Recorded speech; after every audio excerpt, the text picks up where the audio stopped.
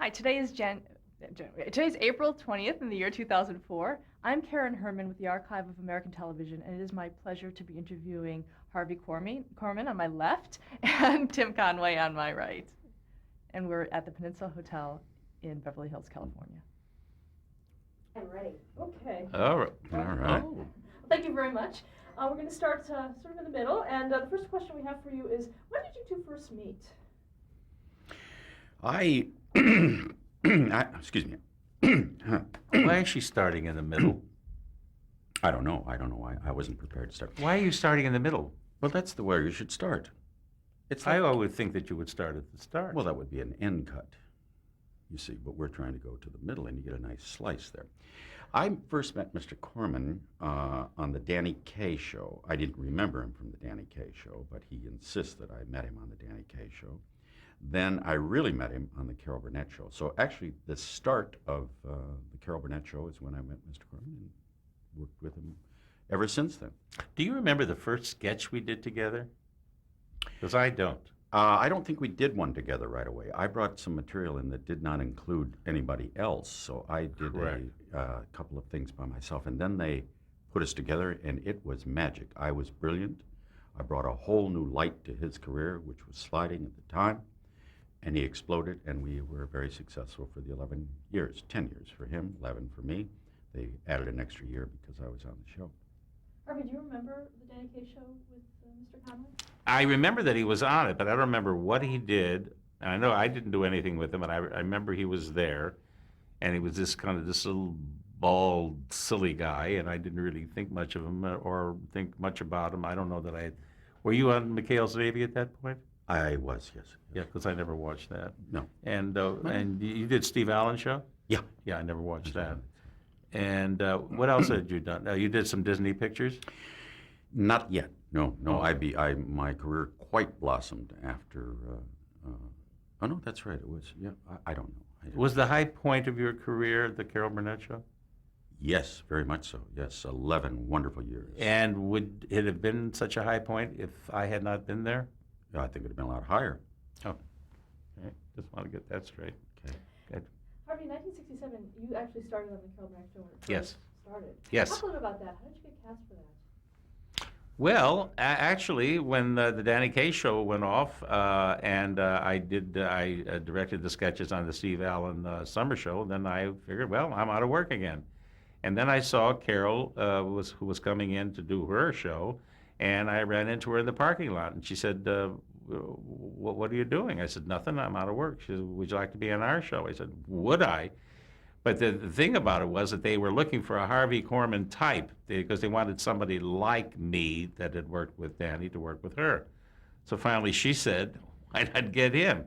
So this beautiful lady approaches me in the parking lot and says, want to be on our show? So I did. What is a Harvey Korman type? I don't know. What would you say a Harvey Korman type was? Well, you can't talk about, dress or anything of that nature. Height, we all know. I think you have to be tall to be a straight man. That's important because you got to look down at somebody.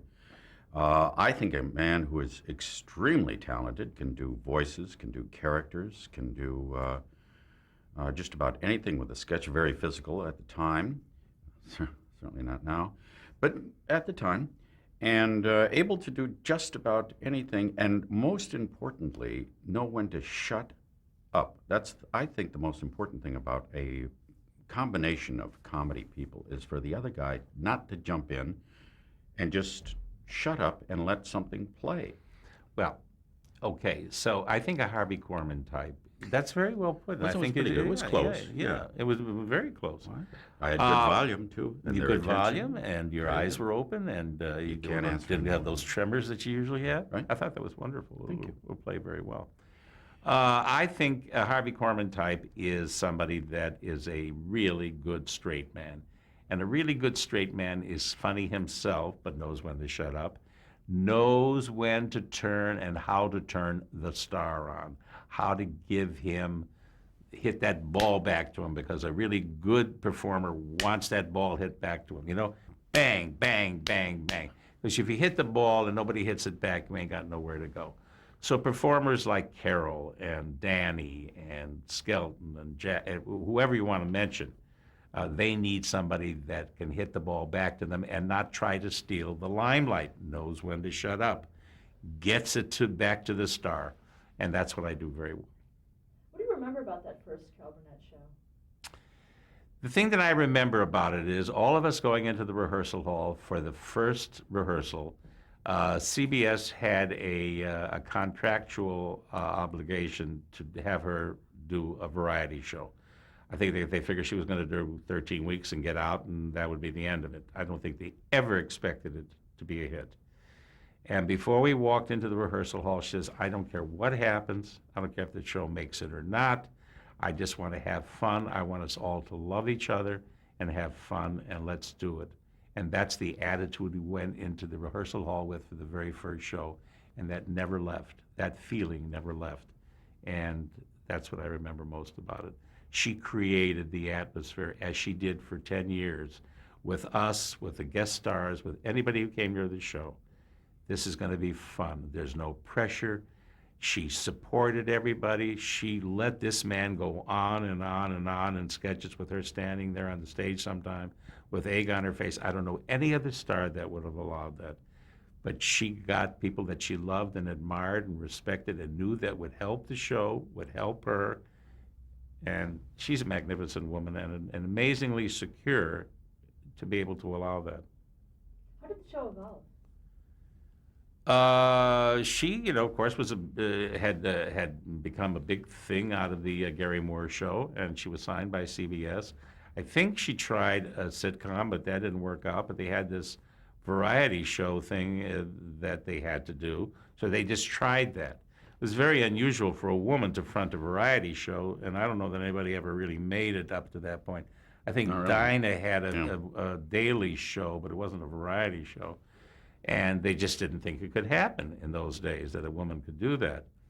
And she surprised the hell out of them. She got me and then eventually him and Vicki, who was just this baby out of Orange County, who was only 17, and Lyle, who didn't really have a lot of experience.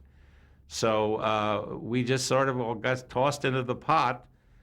Joe Hamilton, her husband, the producer, got some marvelous writers, some wonderful special material writers. We had a great choreographer, wonderful orchestra, and we threw ourselves into it. It was almost like summer stock. Okay, let's put a show on in the barn, and we sailed into it. And as time went by, we created this wonderful thing.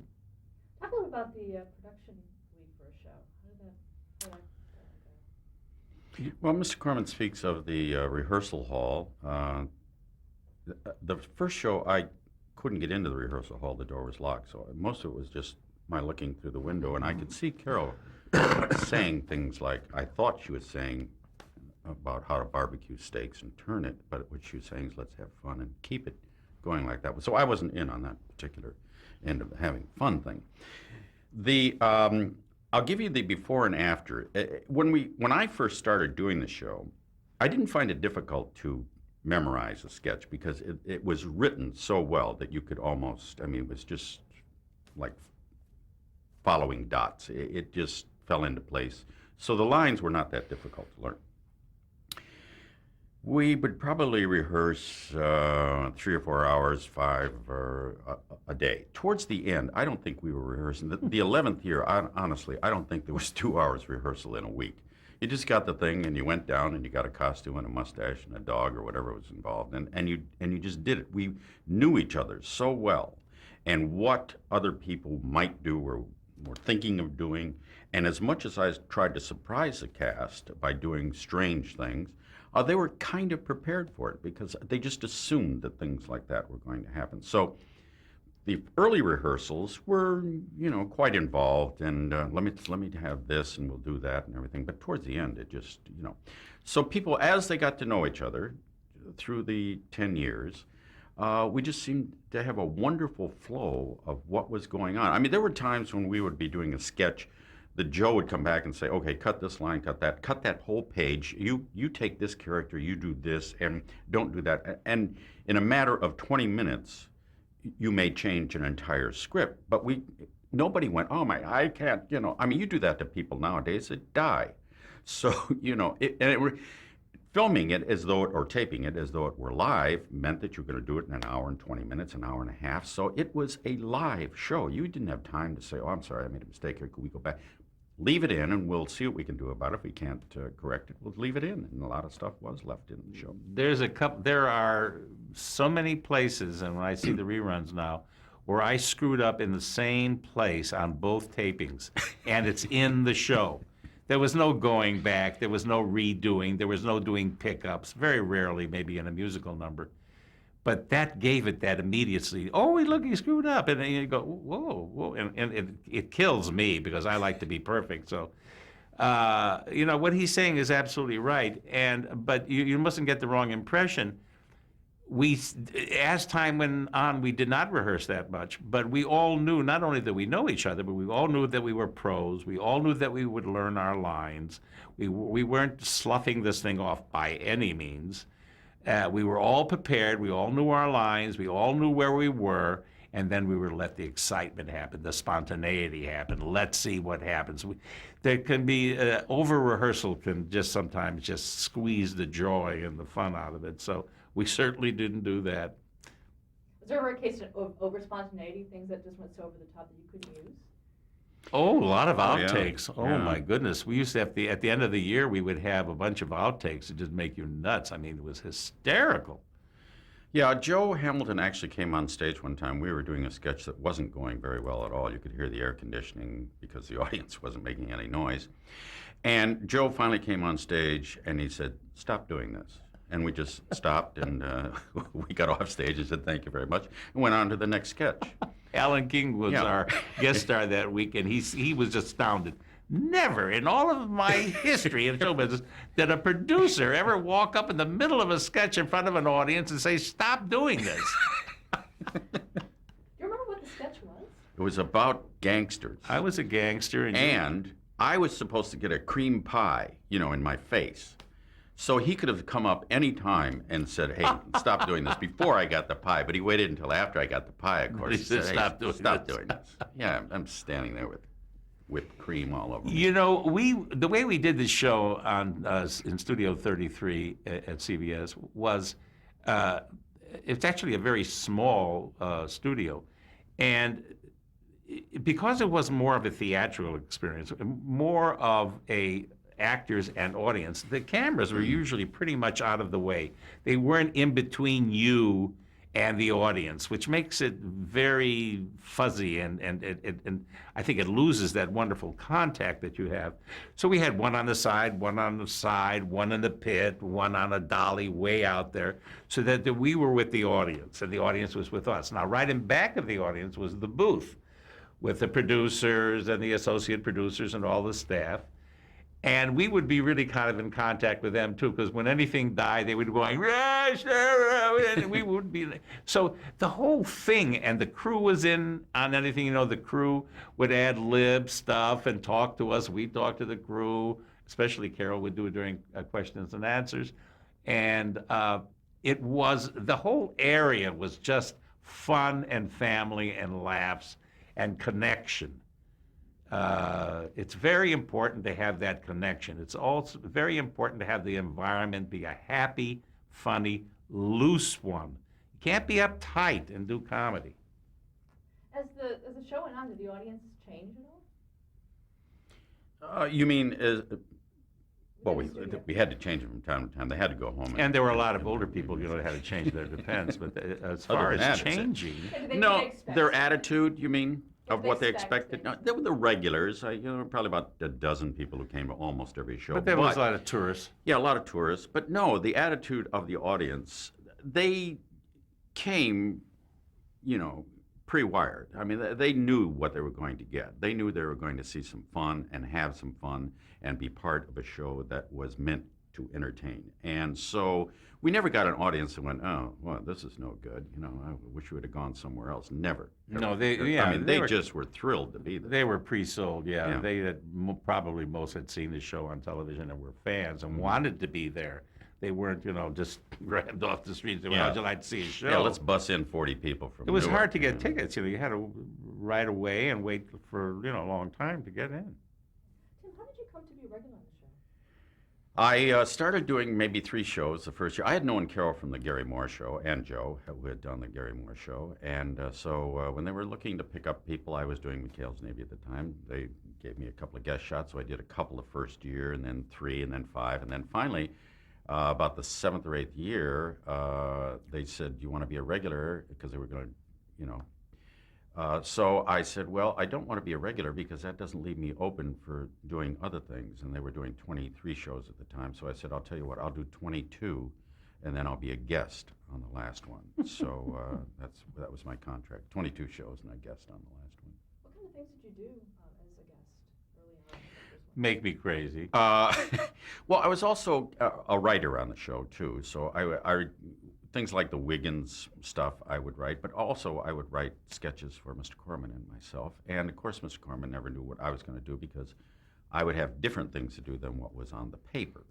And, of course, being a very poor performer that he is, couldn't adjust immediately like that. And sometimes No, that's would not go being. You south on say me. that often, that I'm a poor performer. Well, you're not a poor No. performer. No, You're no, an no. iffy performer. No, you're a wonderful performer. Yeah, but you say I'm a poor performer because I couldn't keep up with the unfairness of throwing new things at me for the first time in Right. front of an audience. Right. Now, who's the poor performer? Who's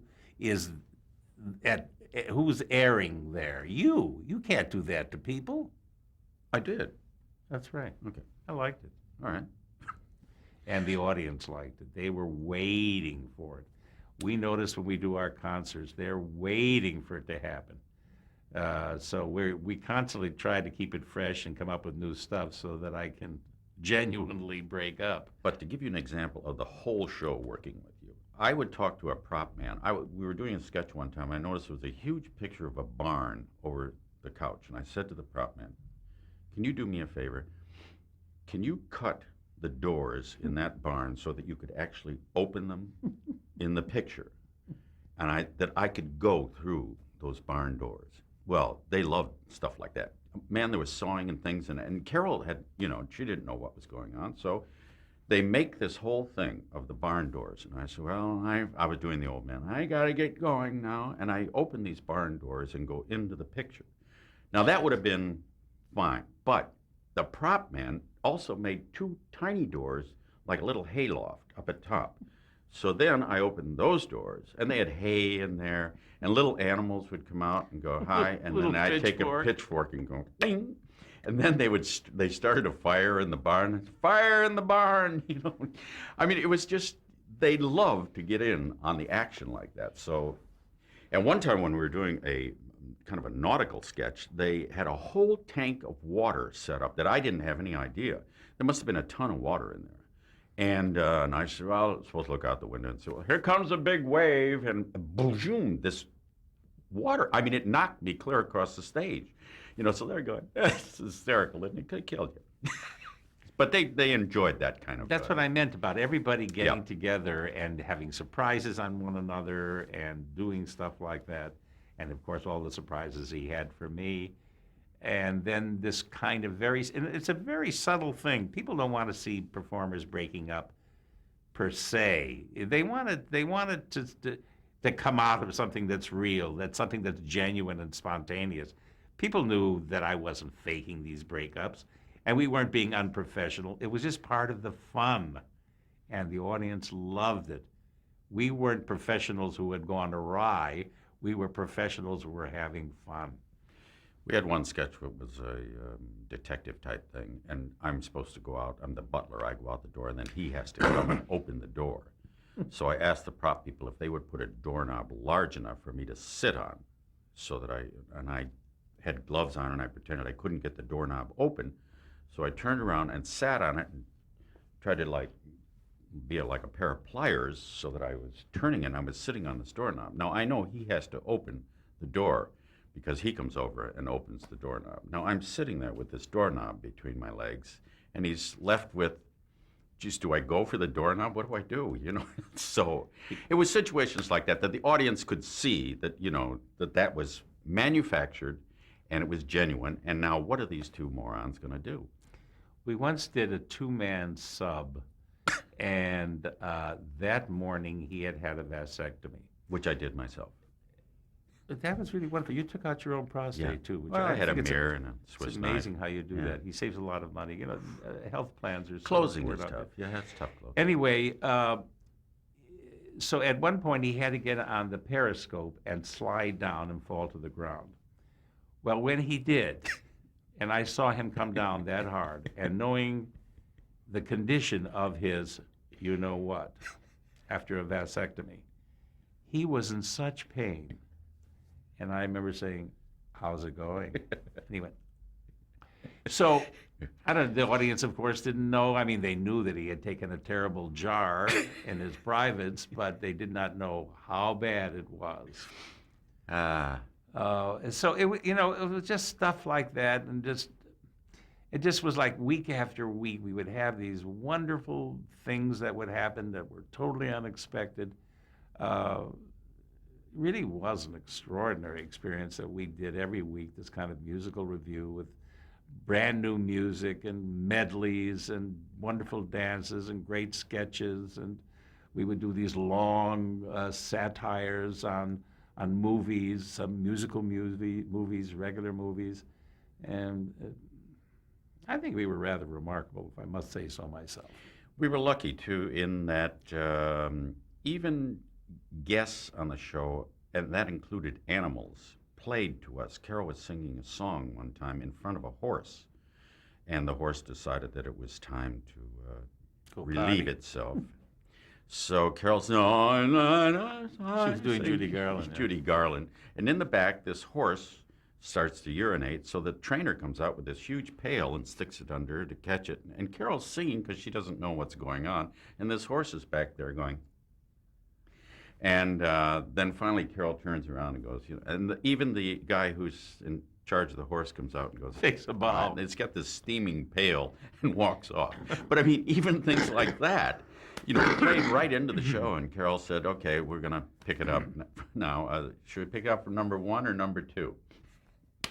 So Sometimes we. I'll get Excuse it. me. That's it. Okay. We didn't leave that in the show. Sometimes she Yeah. would have left stuff like that in the show, but Yeah, I it don't think eventually that was showed up in in the outtakes. outreels. Yeah, our outreels, outreels. Outtake. Our outtakes that's another 10 years of stuff that you never saw. Did you have any say as to what went into the show in terms of what was aired? In terms of what the final editing was, no. But we did have something to say about during the rehearsal period about if the stuff on the page didn't look like it was right, or we could write on our feet and we would improvise, and sometimes we couldn't. So we would ask the writers, for. But once we got to the actual taping and the editing thing, it's out of our hands. The actors can do something when they're on stage. I mean, we can do something when we're there. This is an actor's medium. It's like Broadway. Once you're out on the stage, and nobody can touch you. But this was kind of a remarkable thing. We would have a sit-down reading on Monday. We would rehearse on Tuesday. We would probably learn the lines. On Wednesday night, we had a run-through already for the network, for all of the staff to make changes. Thursday was camera, so you really didn't do much rehearsing. And Friday night, we did the show. So it was a pretty fast thing, and it's just, I think it's amazing what we did. We learned the lines. We did have cue cards there, but we rarely used them. Sometimes we would use them for lyrics or something. But when we were in sketches, there was nobody looking at cards. You cannot do sketches and look at cards. I don't see how you can. I actually, excuse me, I was actually on the show for quite some time before I realized that those cards were the script. And I looked over one day and I went, "Yeah, those are Carol's lines." I thought maybe it was just for Carol, I thought, "Oh, gee, shoot." And then I'm going, "Hey, there's mine too." But we never used them. And who were the main writers on the show? We went Well- through, I think, about altogether about 40 writers. We had at least 10, 12 writers every it lasted 3 or 4 years. Our original head writer was Arnie Rosen, who was just brilliant. And then we had Simmons. we had Ed Simmons, we had Buzz Cohan, and Bill Angelos. We had a whole number of Rudy DeLuca, Barry Levinson. Barry Levinson. There's a whole bunch of them. Roger Beatty. Roger. Don Brinkley or Hinckley or whatever his name is. There was a whole Kenny bunch of Psalms, Gail. Gail.